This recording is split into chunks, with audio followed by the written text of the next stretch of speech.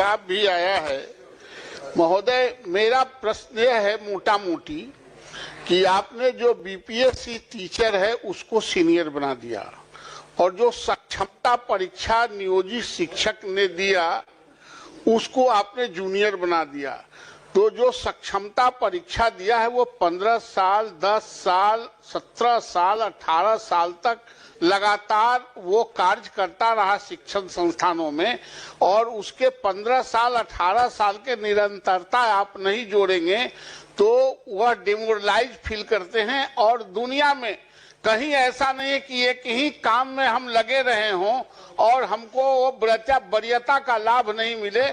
मैं माननीय मंत्री से आग्रह करना चाहता हूं कि जो नियोजित शिक्षक हैं और जो सक्षमता पास किए हैं उनको उनके सेवा काल का जो जितना वर्ष तक उन्होंने स्कूलों में पढ़ाया है उसको उसमें जोड़ते हुए सीनियर बनाया जाए। सरकार का इस पर क्या कहना है? एक मिनट पूछिए। हम लोग सभी जानते हैं यहाँ 3 लोकतांत्रिक ढांचे में 3 तरह की सरकार है, केंद्र सरकार, राज्य सरकार और लोकल गवर्नमेंट, स्थानीय स्वशासन की सरकार। और उसके तहत माननीय मुख्यमंत्री जी ने उस समय नियोजन इकाई के द्वारा नियुक्ति करवाया। जो माननीय सदस्य का सवाल है वह इसलिए भी अनिवार्य है और अपरिहार्य है कि उन्हीं शिक्षकों के अनुभव के आधार पर सरकारी विद्यालयों में प्रधानाध्यापक के रूप में नियुक्ति की गई, प्रधान अध्यापक के रूप में नियुक्ति की गई, शिक्षण प्रशिक्षण महाविद्यालय में व्याख्याता के रूप में नियुक्ति की गई। उसमें आप उनका अनुभव मान रहे हैं। राज्य सेवा संवर्ग के भी कोई अगर भारतीय प्रशासनिक सेवा में जाते हैं तो वो सरकार स्टेट टू सेंटर होता है, सेंटर टू सेंटर होता है, तो लोकल गवर्नमेंट टू स्टेट क्यों नहीं हो सकता है? इतने दिन की सेवा, वो भी नियमित सेवा।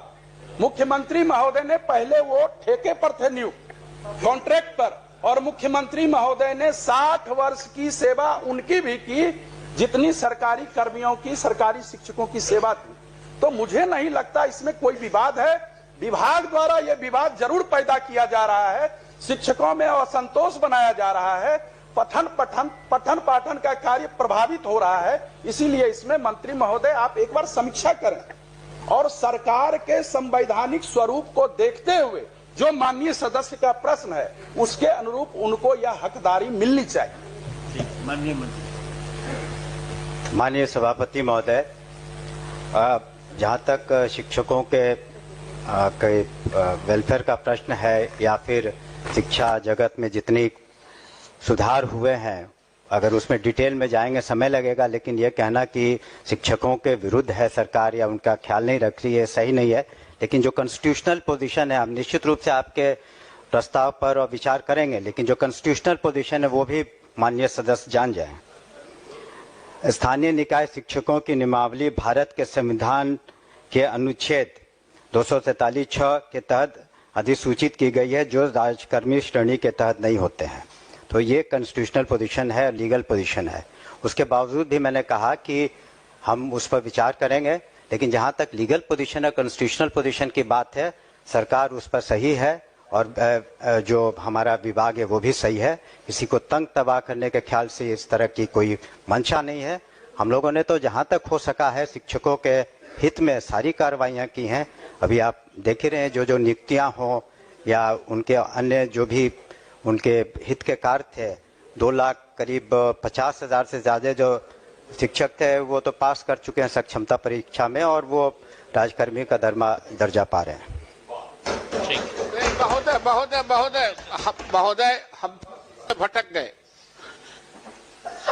मैं यह संजीव जी ने भी कहा कि आपने हेडमास्टर बनाया तो उसकी वरीयता को काउंट किया कि नहीं? आप बीपीएससी में सरकार ने एक योजना लाई कि नियोजित शिक्षकों को हम परमानेंट करके राज्यकर्मी का दर्जा देना चाहते हैं। आप दिए, वो परीक्षा दिया, लेकिन उसका पोंछ काट देने का आपने तो नहीं कहा था कि आपको जो पोंछ लगा हुआ है 18 साल का, 20 साल का, वो हम काट देंगे। और सरकार नियुक्त की थी, चाहे वो जिला में जिला परिषद का हो या कॉरपोरेशन में हो, जहां कहीं भी जहां कहीं भी नियुक्ति हुई है महोदय वो सरकार के आदेश पर हुआ है। 60 साल तक आपने उसको रखने का वादा किया इसी सदन में। हम सिर्फ यह चाहते हैं कि जो 18 साल 20 साल से काम कर रहे हैं उनकी सेवा निरंतरता उसमें जुटनी चाहिए। ये यूनिवर्सिटी एक्ट में भी है, दुनिया में ऐसा नहीं होता है कि एक ही काम कर रहे हैं, हम प्रमोशन के लिए छलांग करने जा रहे हैं बीपीएससी में देकर टेस्ट कराने, तो हमारा पोंछिए काट दीजिए। इसलिए महोदय मैं पुनः यह कहता हूं कि उनकी जो सेवा निरंतरता है उसमें जोड़ी जाए।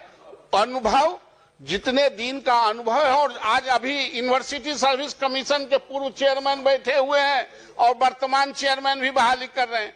आप दूसरे कॉलेजों को, एफिलिएटेड कॉलेजों के 10 साल और 5 साल का आप काम करने का अनुभव जोड़ रहे हैं कि नहीं?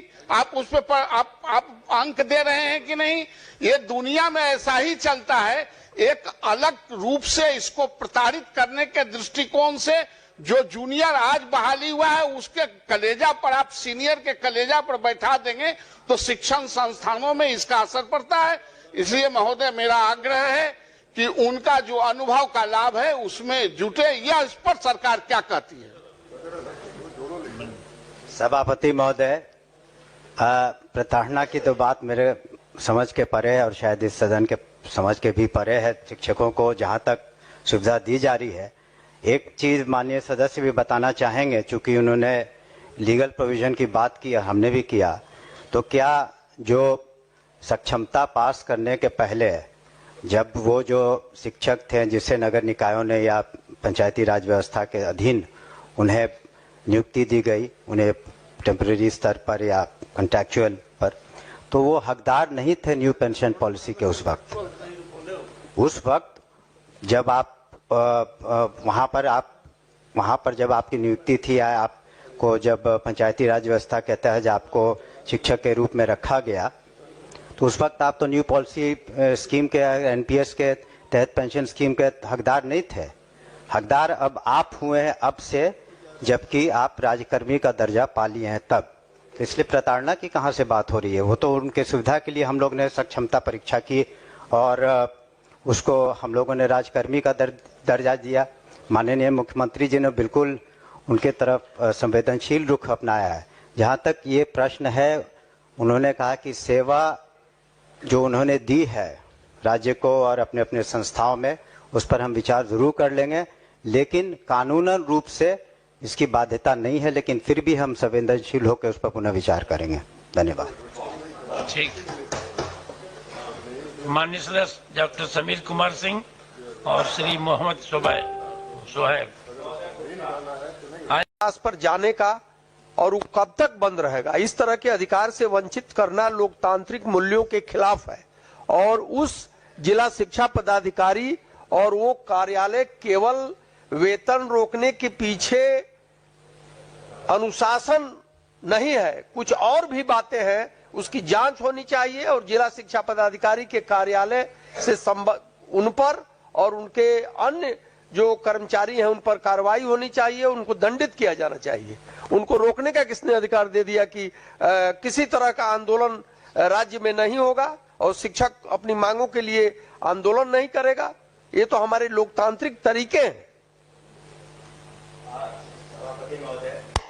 जो हमने कहा था कि जिलावार हम लोग समीक्षा करें, जहां भी वेतन कटौती या वेतन रोक के उसको हम लोग कर रहे हैं। जहां तक पदाधिकारियों के विरुद्ध कार्रवाई का प्रश्न उठता है, तो हम लोगों ने जहां जहां कमियां पाई हैं, तो निश्चित रूप से हम लोगों ने अपने स्तर पर कार्रवाई की है।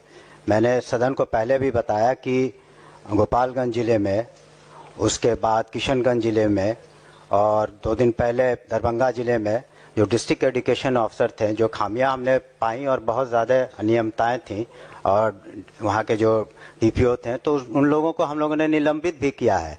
तो जहाँ इस तरह की कमियां उजागर होंगी कि जहाँ मेंस्ट्रिया इन्वॉल्व है, कि जहाँ पर जानबूझ करके या इस तरह की गलतियां हैं, तो हम लोग जिलावार समीक्षा कर रहे हैं। माननीय सदस्य को मैं कहना चाहूँगा कि इस जिले की भी जब हम लोग समीक्षा कर लेंगे और हर जिले में जहां शिक्षकों की गलतियां नहीं है उसको निश्चित रूप से उसका हम लोग सुधार कर लेंगे। मैंने पूर्व में भी कहा। माननीय श्रीमती शशि यादव। उत्तर प्राप्त हुआ है लेकिन ये क जो है स्वीकारात्मक कहा गया है। ये विद्यालय रसोइया जो खाना बनाती हैं स्कूलों में, जिस वजह से आज स्कूलों की गुणवत्ता भी कुछ बढ़ी है, तो वो कह लीजिए कि उनको 1650 रुपया दिया जाता है और हाल के वर्षों में कोई उनके मानदेय में बढ़ोतरी नहीं हुई है महोदय। और हम लोग कहीं भी जाते हैं, लोग सुनते हैं कि बिहार में 1650 विद्यालय रसोइया को मिलता है, तो शर्म से सर झुक जाता है महोदय। और इन्हें पार्ट टाइम कहा गया है, तो मैं ये कहना चाहती हूँ महोदय कि ये पार्ट टाइमर नहीं है, क्योंकि ये कह लीजिए बच्चों को खाना खिलाती हैं और पूरा साफ सफाई करके पूरा खाना बना करके और तब वो जाती हैं, तो वो 10 से 12 घंटे उसको लग जाते हैं महोदय, इसलिए उसे पार्ट टाइम ना कहा जाए। और ये जो कहा गया है कि सितंबर और अक्टूबर 24 का भुगतान किया जा रहा है, तो इस उत्तर का क्या मतलब समझे महोदय? भुगतान किया गया या किया जा रहा है, ये मतलब किया जा रहा है का क्या मतलब समझे महोदय? और हम ये चाहेंगे महोदय कि ये भी कहा गया कि भाई ये केंद्रांश से आने पर हम करते हैं, तो मुझे लगता है कि अब डबल इंजन की सरकार है, तो थोड़ा केंद्र सरकार से भी गुहार करके और ये बढ़ाया जाए और बिहार एक मिसाल कायम करे, क्योंकि अन्य राज्यों में इससे ज्यादा मिलता है महोदय, बगल के राज्यों में इससे ज्यादा मिलता है, इसलिए यहाँ निश्चित तौर पर कम से कम 10,000 किया जाए महोदय। हम ये मांग करेंगे, क्योंकि बहुत गरीब परिवार की महिलाएं रहती हैं। अगर आप देख लीजिए कि जो घरों में घरेलू कामगार महिलाएं रहती हैं, वो भी अगर खाना बनाती हैं, तो आप कहीं से भी 5 से 7 हजार रुपया देते हैं, और ये स्कूल में इतना बड़ा योगदान दे रही हैं और सबसे गरीब परिवार की महिलाएं हैं। इसलिए महोदय इस पर थोड़ा विशेष ध्यान दिया जाए और बिहार में एक मिसाल कायम किया जाए। सभापति महोदय, माननीय सदस्य ने जो अपनी बातें कही हैं उन्हें ग्रहण करते हैं। दूसरी बात कि माननीय मुख्यमंत्री जी के नेतृत्व में सरकार संवेदनशील है।